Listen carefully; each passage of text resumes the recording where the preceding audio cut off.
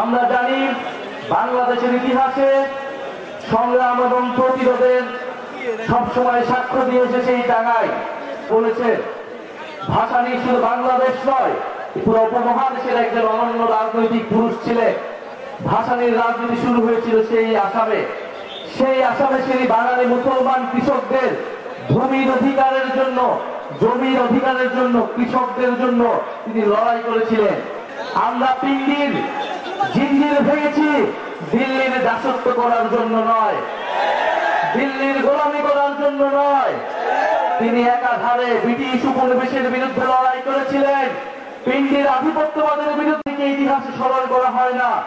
সার্জিস আলম বলেছেন শেরে বাংলা ফজলুল হক, মাওলানা ভাসানীর মতো মহান রাজনৈতিক পুরুষ যারা এই বাংলাদেশের স্থপতি, তাদেরকে দিয়ে এই বাংলাদেশের জাতির পিতা শুধু একজন ব্যক্তিকে ঘোষণা করা হয়েছে, একজন ব্যক্তিকে পূজা করা হয়েছে গত 54 বছর ধরে। কিন্তু মাওলানা ভাসানীরা না থাকলে শেখ মুজিব কখনো তৈরি হতে পারত না। যেই 69-এর গণ অভ্যুত্থানের মধ্যে দিয়ে আওয়ামী লীগ নেতৃত্ব দিয়েছে, সেই 69-এর গণ অভ্যুত্থানের অন্যতম কারিগর ছিলেন, নেপথ্যের পুরুষ ছিলেন মাওলানা ভাসানী। মাওলানা ভাসানী কৃষকদের জন্য লড়াই করেছিলেন, শ্রমিকদের জন্য লড়াই করেছিলেন, গণমানুষের লড়াই করেছিলেন। টাঙ্গাইল শাড়ি নামে কিভাবে ভারতে জিআই প্রোডাক্ট নিতে পারে, এই প্রতিবাদ আমরা কখনো জানিয়েছিলাম। মাত্র 2-3 বছর আগে এই ঘটনা ঘটেছে।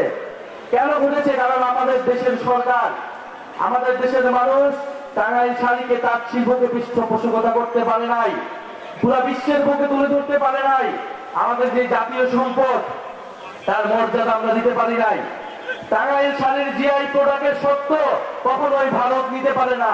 অবিলম্বে তা প্রত্যাহার করতে হবে, আমরা এই দাবি জানিয়ে গেলাম। আমরা তাঁত শিল্পকে পুনরুদ্ধার করতে চাই, আমরা কৃষকদেরকে নতুন করে সংগঠিত করতে চাই, কারণ আমরা কি উৎপাদন করি, কিভাবে তা বন্টন হবে এবং কৃষকরা ন্যায্য মূল্য পাবে কিনা, এর উপরে নির্ভর করবে বাংলাদেশের ভবিষ্যৎ।